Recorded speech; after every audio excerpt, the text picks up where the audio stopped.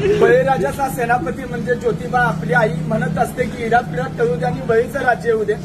या बळीराजाचा सेनापती म्हणजे ज्योतिबा तो पंजाबात होता आणि पंजाबातून त्याला दक्षिणेत पाठवला. त्याच्या आरतीत सुद्धा तसा उल्लेख आहे. उत्तरेचा राणा दक्षिणे आला आणि दक्षिणी केदारे नाम पावला.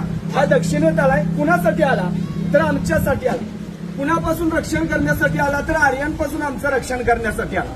इथं आला त्यानं आमच्या कुळ्या सुरक्षित राखल्या, आमच्या पूर्वजांचं रक्षण केलं म्हणून तो आज आमचा कुळस्वामी. कुळस्वामी कुणाला म्हणायचं? ज्यानं कुळ्या राखल्या तो आमचा कुळस्वामी, ज्योतिबा कुळस्वामी.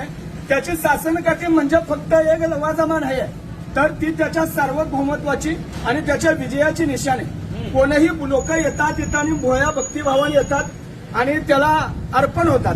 महत्वाचा मुद्दा असा की या बळीराजाचा सेनापती ज्योतिबा, त्याचे 7 भागातले खंडणी वसूल करणारे अधिकारी म्हणजे खंडोबा, शेतातला महसूल गोळा करणारे अधिकारी म्हणजे म्हसोबा आणि इथनं कोकणात ज्यावेळी माल घेऊन जायचे लोक त्यावेळी जर ज्योतिबाला टॅक्स दिला नाही तर ज्योतिबाला खेटे घातले जायचे.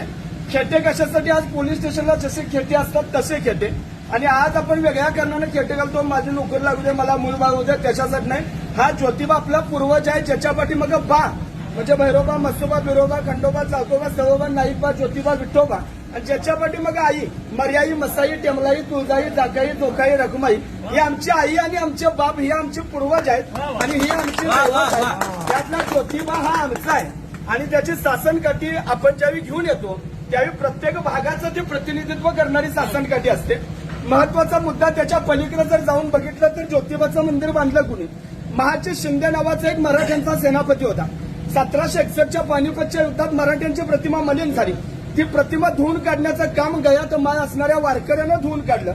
त्या वारकऱ्याचं नाव म्हणजे महाजी शिंदे, ज्यांना पाटील बाबा म्हणत.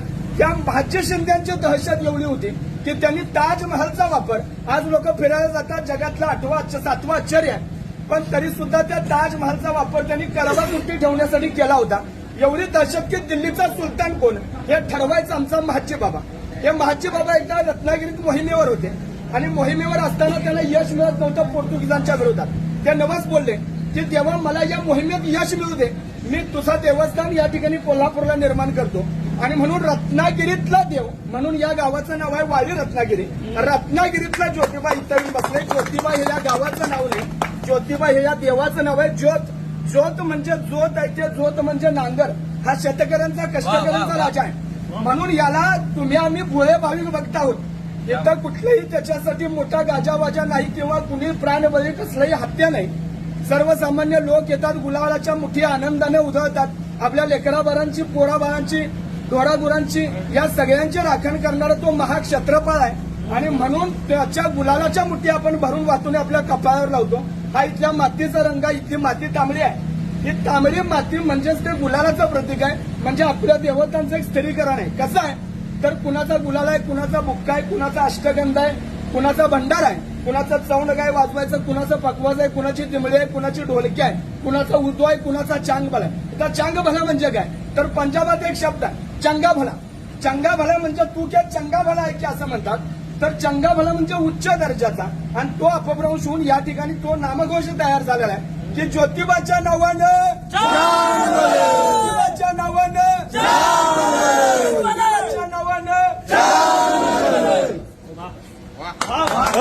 अप्रतिम.